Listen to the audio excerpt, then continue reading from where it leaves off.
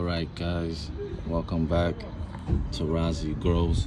And over here, I'm gonna let you guys in on a little secret on how to save you a little bit of time when you do like a brake job, when you need to do rotors and brake pads.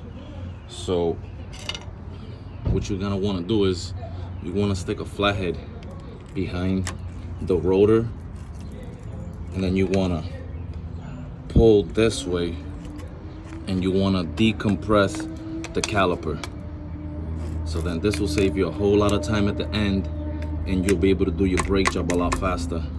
This is what the brake shops don't want to tell you. You know, they might charge you for like 2 hours of labor, and that's gonna cost an arm and a leg, you know what I'm saying, guys? But yeah, if you do it like that, you decompress the caliper, boom, now at the end you don't have to do that, and it saves you a whole lot of time when you do a brake job.